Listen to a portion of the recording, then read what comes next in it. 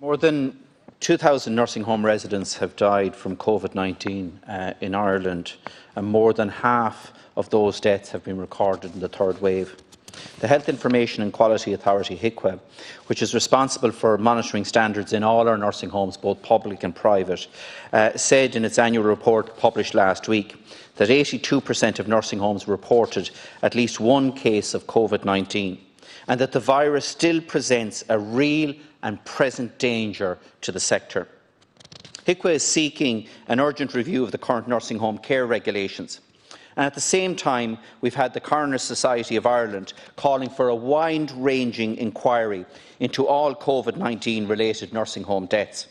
Its President, Frank O'Connell, believes there is a basis for a more wide-ranging inquiry into all COVID-related deaths in nursing homes to deal with such questions as design, ventilation, isolation, staffing, etc. Yet, as we hear these particular calls, we have the Department of Health cutting back on the financial supports to the nursing home sector, just as we face into a fourth potential wave from the Delta variant of the virus, which has been so deadly within the sector over the last year. The Department of Health has confirmed that the Temporary Assistance Payment Scheme, which provides funding for COVID-19 infection measures, is to be completely withdrawn from the long-stay residential sector for older people from the end of this month. Despite government categorically stating that there would be no cliff edge for COVID supports for any sector, we now find the state is planning to completely withdraw this support. And there is a fear from residents and their families that nursing home care is being deprioritised at a time when there should be a thorough review of all supports and standards within the whole sector before there is any change to the current scheme. Taoiseach, older people in long-term care have been at the front line when it comes to the threat of COVID infection. And the reality is that they remain on that front line until all of us are vaccinated, because there remains a threat of a new variant taking hold that circumvents the immunity provided through the current vaccination programme. Therefore, Taoiseach, I would urge you, at a very minimum, to ensure that the current level of COVID protections remain in place until the review sought by both HIQA and the Coroners Society are completed. Taoiseach. Thank you, Deputy. Yeah, I think first of all I want to thank the Deputy for raising the issue. And as society begins to reopen, we will be able to reduce our reliance on many different supports that government has provided throughout the pandemic. The COVID-19 TAPS scheme was established as part of a comprehensive package of support measures for nursing homes at the start of the pandemic. It was originally introduced for 3 months and was to conclude in June 2020. But obviously the continuation of the pandemic meant that there was a further 2 extensions, and it was a successful scheme, and it is a successful scheme, and it has been very impactful. What it did was it provided additional funding to those nursing homes that required it to contribute to the costs associated with dealing with COVID-19. And those costs included those incurred in preparing for and mitigating against COVID-19, the management of outbreaks when they occur, contribution towards the cost of maintaining isolation rooms, and a once-off contribution towards temporary visiting infrastructure during winter 2020.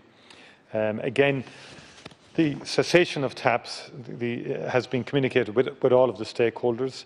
As of the 11th of June, about 7,148 claims had been submitted. 134.5 million allocated has been made available under the scheme. And it's always been just one component of a suite of supports. Other supports included providing access to PPE and oxygen, the establishment of COVID response teams, support for staff accommodation, access to training, and the serial testing programme. Many of these and other supports will continue for the time being as required. And furthermore, an outbreak assistance payment will continue to be made available until the end of the year as a support for any nursing home that experiences a COVID-19 outbreak.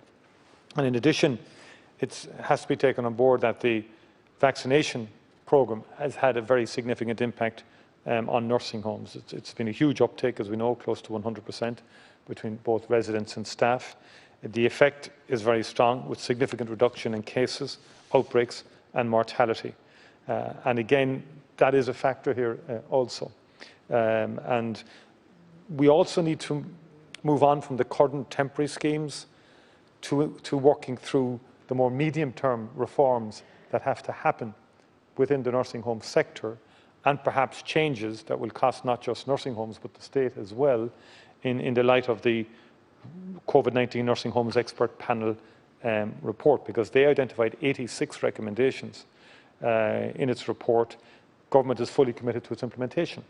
There will be costs arising across the system that relate to necessary systemic reforms, and I think it's best to do that through a more informed and developed scheme, as opposed to doing it through a temporary scheme. We will keep the situation under review, and I would finally say that we're fully open to evaluating what happened here in nursing homes from the outset of the pandemic right through, learning lessons from it.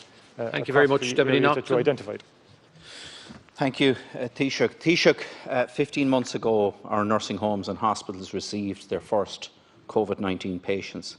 Since then, frontline healthcare workers have managed 3 waves of the virus and a cyber attack. These people are now both mentally and physically exhausted. We must provide staff with time off, because exhausted healthcare staff are a recipe for mistakes. We must give proper recognition to staff at the front line in the battle against COVID-19. For example, the Scottish Government is paying every NHS worker a bonus of £500 sterling. Over the last year, Taoiseach, I have consistently raised this issue of recognising frontline workers with you and other members of government. They have been selfless, and the country owes them a great debt of gratitude, and government must now recognise their efforts.